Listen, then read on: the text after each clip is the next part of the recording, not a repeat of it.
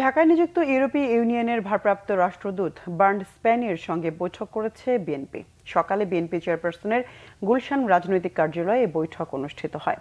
বৈঠকে গণতন্ত্র, নির্বাচন, রাজনীতি ও অর্থনৈতিক বিষয় নিয়ে আলোচনা হয়। এতে বিএনপির মহাসচিব মির্জা ফখরুল ইসলাম আলমগীরের নেতৃত্বে দলটির স্থায়ী কমিটির সদস্য আমির খসরু মাহমুদ চৌধুরী ও সাংগঠনিক সম্পাদক শামা ওবায়েদ উপস্থিত ছিলেন।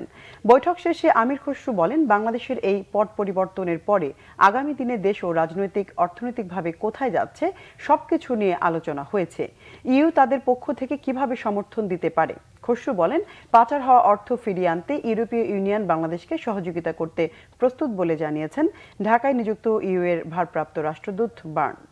গণতন্ত্র, রাজনৈতিকভাবে, অর্থনৈতিকভাবে সবকিছু মিলিয়ে আলোচনা হয়েছে এবং ইউরোপিয়ান ইউনিয়ন কিভাবে সমর্থন দিতে পারে তাদের পক্ষ থেকে, এবং গুড গভর্নেন্স, বাংলাদেশের যে প্রতিষ্ঠানগুলো সব ধ্বংস হয়ে গেছে এগুলোর প্রতিকার কি এবং কিভাবে এগুলোকে আবার ট্র্যাকে আনা যায়, সঠিক জায়গায় আনা যায়, আর সেখানে তাদের কি সহযোগিতা থাকতে পারে, অর্থনীতির ক্ষেত্রে তাদের কি সহযোগিতা থাকতে পারে, বিশেষ করে আমাদের যে বড় একটা অংশ তাদের দেশে রপ্তানি হয় ইউরোপিয়ান ইউনিয়নে, এটা কিভাবে আমরা অব্যাহত রাখতে পারি।